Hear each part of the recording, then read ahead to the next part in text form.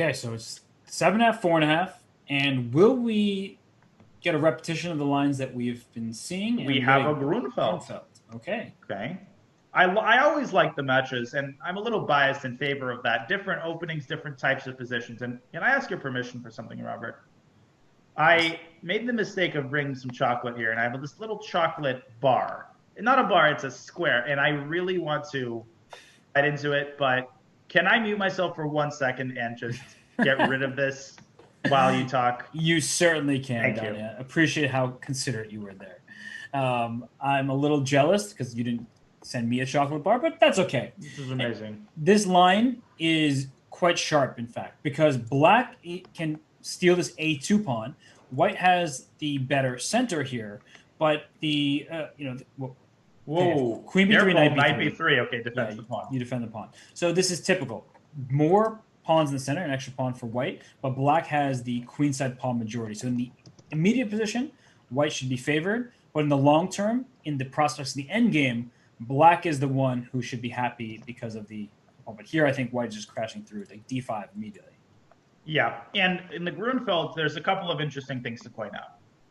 One of them is that I always point this out: the pawn majority for black on the queen side, right? It's 2-on-1. It favors black in a pawn endgame because in a pawn endgame, it's going to be easier to create an outside passer. But in a middle game, a queenless middle game, white's got that central pressure. So as long as he can keep the pieces on the board, stick a rook on c7, keep the c-file dominance, white is totally in control of the game. Yes, indeed. And because pieces belong in the center, they have more opportunities from central squares. That's why having pawns in the center is good. It restricts the pieces. And here, knight b4. Are you really going after the a2 pawn? Can I throw rook c7 in to start, hitting your bishop, hitting your b7 pawn, threatening bishop c5, which hits your knight on b4 and your pawn e7? That just looks good for white to me. Totally. And I'm just a little distracted because I'm discussing my chocolate choices with the chat here. But yeah, no, rook c7. I mean, the pawns start just getting mowed down and vacuumed up by the rook. Or, yeah. Now, what else? I just trying to find. Wait, yeah, so what are we? Okay, rook c7. Yeah, rook c7, then bishop c5. Now, but wait a second. Yeah. Knight takes a2, bishop takes d8, bishop takes e7, and then we. Then I lose. It reminds me, I don't know if I have time to share this story. The one time I got told off at a chess camp. Just once. By my former, coach and amazing player, Grandmaster Gregory Kaidanov. He would host a lot of U.S. chess schools in Kentucky where he lives. And one camp, there was this inside joke among the participants of the camp. We would share a line that we knew was bad, only to say, and I lose at the end of it. And for some reason, that was funny to us. And I took that joke way too far. And on the last day, I kept sharing these lines and saying, and I lose. And Kaidanov finally caught on to it. He's like, he tells me in Russian in the middle of the camp, okay, one more time, and we're going to have a serious talk. And I'm going to have a serious talk with your mother after the class. Mm-hmm. And I'm like, okay. And I got beat red. Yeah. You thought I wasn't a troll. You thought I wasn't a troll. All the trolls out there, you're wrong. Yeah, you were the example made, and you deserved it clearly. What is happening in this game? Because I think I lose. Nihal's down to about a minute. There are two pawns that can be captured, b7 and e7. But is this that kind of like typical Grunfeld compensation where even though you're down something, in this case a pawn, that your pieces are working well? Yeah, I mean, with the Grunfeld, it's one of those openings similarly to the King's Indian, Robert, where it doesn't matter how bad your position is optically, you're always going to have certain chances, certain counterplay on one of the flanks. And here we see knight c3. He can try to go for bishop b5. That knight on b7 is a little bit stuck, but it's got plenty of evacuation squares. Now, where does the bishop go? After your d3, he goes to d3. Definitely, yeah.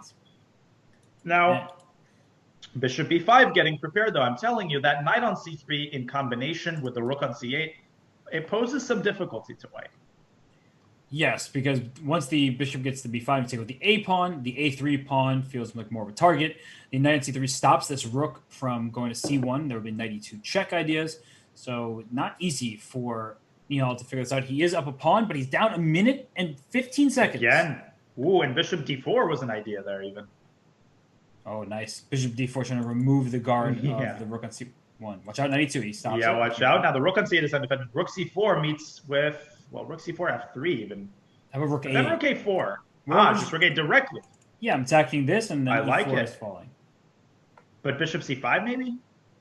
Oh, we're going to have to count one by one here. Yeah.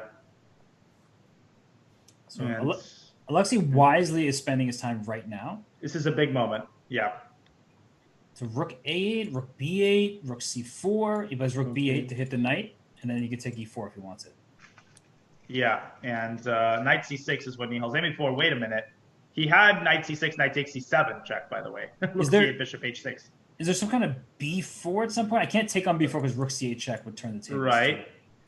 And by the way, there is a cool idea by Nihal instead of rook c7 to go knight c6 and then take on e7. Right. But this is also very good. I mean, he's going for the activity. This is looking very bad. Now, knight c6, he wants knight takes d5.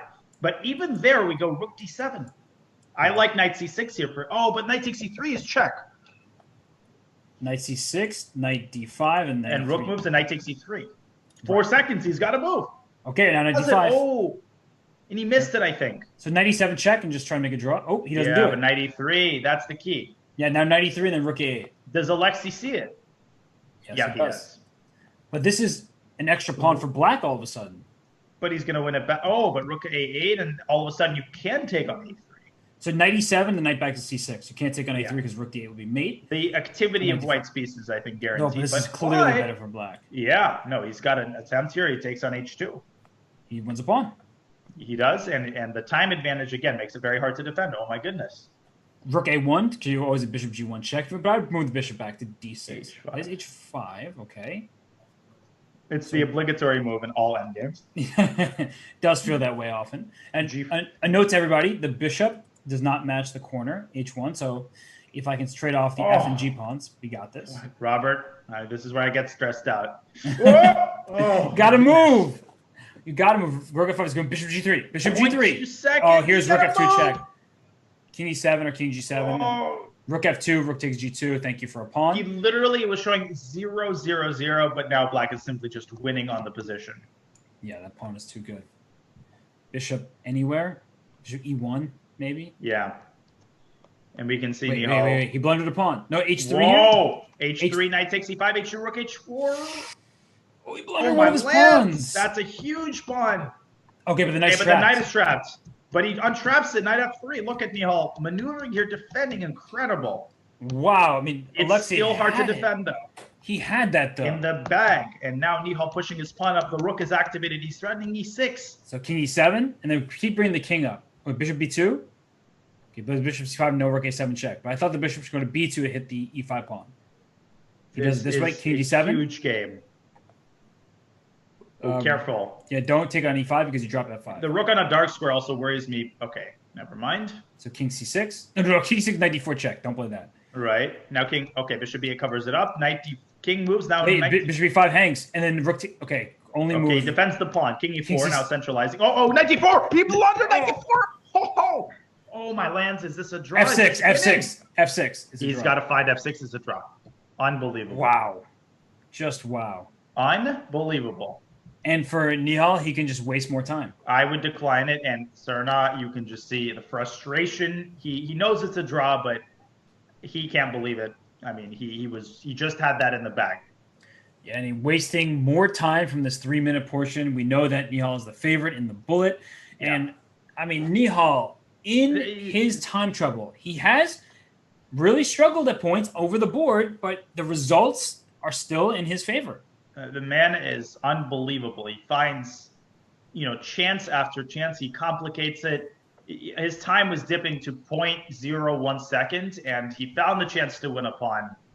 That was incredible defense. And now, wait a second now, Robert. Be careful. The king is in the wrong corner. Your king is supposed to be in the other corner. This is actually going to be very, very hard to defend. Well, it's still a draw, but it's going to take forever.